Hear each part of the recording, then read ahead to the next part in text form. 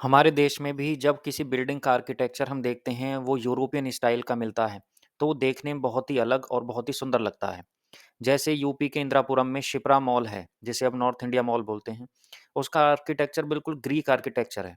तो वो मॉल अपने आप में ही सबसे अनोखा और अलग मॉल लगता है, सबसे सुंदर मॉल लगता है। यूरोप की जो वास्तुकला है, आर्किटेक्चर है, उसका इतिहास बहुत पुराना और विविधता से भरा है। यूरोप के हर शहर का आर्किटेक्चर बहुत ही अनोखा और अलग है।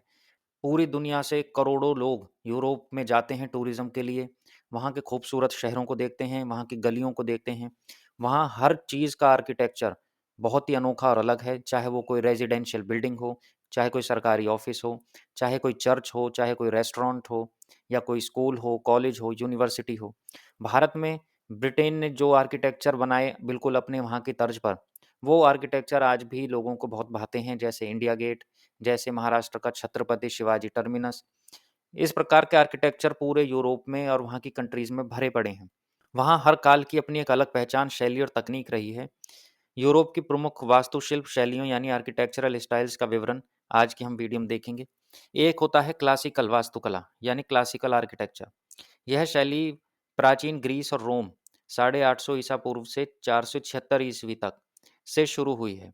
यह यूरोप की सबसे बुनियादी और प्रभावशाली शैली मानी जाती है। इसमें संतुलन यानी सिमेट्री, अनुपात और बड़े स्तंभों यानी कॉलम का उपयोग होता है। इसमें डॉइस, आयनिक और कॉरिंथियन जैसे खंभों की शैलियाँ विकसित हुईं। तो खंभों वाली जो शैली है वो ग्रीक क्लासिकल स्टाइल है, जैसे दिल्ली में कनॉट प्लेस या इंदिरापुरम में नॉर्थ इंडिया मॉल जो शिप्रा मॉल के नाम से बहुत प्रसिद्ध था। दूसरे प्रसिद्ध उदाहरण है पार्थिनॉन के जो मंदिर हैं ग्रीस में, द पार्थिनॉन, एथेंस। वहाँ पर प्राचीन ग्रीक वास्तुकला का बेहतरीन उदाहरण देखने को मिलता है। रोम में जो कोलोजियम है, उसमें प्राचीन रोमन इंजीनियरिंग का अद्भुत नमूना उसमें देखने को मिलता है। ये सब क्लासिकल आर्किटेक्चर हैं यूरोप के, जो 850 ईसा पूर्व से 476 ईस्वी के बीच में देखने को मिले। इसके बाद बिजेंटीन वास्तुकला यानी बाइजेंटीन आर्किटेक्चर उभर के सामने आया। रोमन साम्राज्य के पूर्वी भाग में 330 से लेकर 1453 ईस्वी के बीच यह वास्तुकला विकसित हुई। यह शैली अपनी भव्यता के लिए जानी जाती है। इसकी मुख्य विशेषताएं हैं जैसे विशाल गुंबद यानी लार्ज डोम्स, जटिल मोज़ेक आर्ट और सोने का भरपूर उपयोग। इसमें खिड़कियों से आती रोशनी पर बहुत ध्यान दिया जाता था। इसके प्रसिद्ध उदाहरण अगर हम देखें तो जो टर्की है उसमें हेगिया सोफिया जो एक चर्च थी जिसे बाद में म्यूजियम बना दिया गया, उसके बाद में अब उसे फिर से उसे एक मस्जिद घोषित कर दिया गया है। ये इस्तांबुल में है और अपने विशाल गुंबद के लिए प्रसिद्ध है। इसके अलावा वेनिस में जो सेंट मार्क्स बेसिलिका है, वो भी बाइजेंटीन आर्किटेक्चर से ही बनी हुई है। तीसरी है रोमनेस्क आर्किटेक्चर यानी रोमनेस्क वास्तुकला। मध्य युग जो हुआ है मेडिवल इरा, उसमें 10वीं से 12वीं शताब्दी के दौरान यह शैली उभरी। यह किले जैसी मजबूती के लिए जानी जाती है।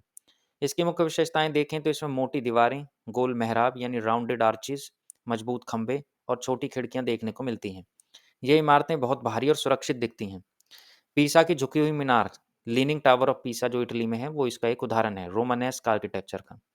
फिर एक कला बहुत ज़्यादा फेमस हुई, वो है गॉथिक आर्किटेक्चर। यह शैली 12वीं से 16वीं शताब्दी के फ्रांस में शुरू हुई और इसने इमारतों को नई ऊंचाई तक पहुंचाया। इसमें नुकीले मेहराब यानी पॉइंटेड आर्चेस, ऊंची छतें और रंगीन कांच की बड़ी खिड़कियां जिन्हें स्टेन्ड ग्लास कहते हैं, वो सब इसमें देखने को मिलता है। इसमें फ्लाइंग बट्रेस यानी बाहरी सहारे का इस्तेमाल होता था, जिससे दीवारें पतली और इमारतें ऊंची बन सकीं। इसके प्रसिद्ध उदाहरण आपको फ्रांस के पेरिस में मिलेगी नोट्रे डेम जो चर्च है और जिसमें आग लग गई थी, पूरी तरीके से वो जल गई थी और फ्रांस ने उसे फिर से बना दिया है। दूसरी है लंदन में वेस्टमिंस्टर एबे। एक है रिनेसेंस आर्किटेक्चर यानी पुनर्जागरण की वास्तुकला। 15वीं से 17वीं शताब्दी के बीच वास्तुकला फिर से क्लासिकल ग्रीक रोमन शैली की तरफ लौटी। इसमें ज्योमेट्री, सिमेट्री और अनुपात यानी रेशो पर जोर दिया गया। विशाल गुंबद और व्यवस्थित खंभे फिर से इसकी पहचान बने। इसमें जैसे सेंट पीटर्स की बेसिलिका वेटिकन सिटी में, वो दुनिया के सबसे बड़े चर्चों में से एक है। इसके अलावा इटली में फ्लोरेंस कैथीड्रल जो चर्च है वो। फिर आई बैरोक आर्किटेक्चर। 17वीं शताब्दी में यह शैली नाटकीयता और भव्यता दिखाने के लिए आई। इसमें अत्यधिक सजावट, वक्र रेखाएं यानी कर्व्ड लाइंस और रोशनी और छाया का नाटकीय उपयोग देखने को मिलता है। इसका उद्देश्य देखने वाले को चकित करना होता था। इसके प्रसिद्ध उदाहरण आपको फ्रांस के पैलेस ऑफ वर्साइल में मिलेगा यानी जो वर्साय का महल है। इसके अलावा रोम का जो ट्रेवी फाउंटेन है, वो भी बरोक आर्किटेक्चर पर ही बना हुआ है। फिर एक देखने को मिलता है आर्किटेक्चर नियो क्लासिकल आर्किटेक्चर। आठ 18वीं और 19वीं शताब्दी में बरोक की अत्यधिक सजावट के विरोध में लोग फिर से सादगी की ओर लौटे। भव्य लेकिन सादे डिजाइन, क्लीन लाइंस और ग्रीक रोमन जैसे बड़े स्तंभ इसमें भी दिखे। यह शक्ति और गंभीरता को दर्शाता है। लंदन में ब्रिटिश म्यूजियम और बर्लिन में ब्रेंडनबर्ग गेट इसके उदाहरण हैं। फिर मॉडर्न आर्किटेक्चर 20th सेंचुरी से यानी 20वीं शताब्दी से और अब तक चला रहा है। इसमें नई सामग्रियों का प्रयोग हुआ है। मुख्य विशेषताएं इसमें हैं जैसे कांच, स्टील और कंक्रीट का उपयोग।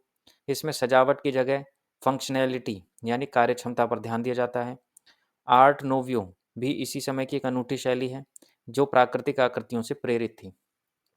प्रसिद्ध उदाहरण इसमें आईफल टावर मिलेगा पेरिस में, वो मॉडर्न आर्किटेक्चर है।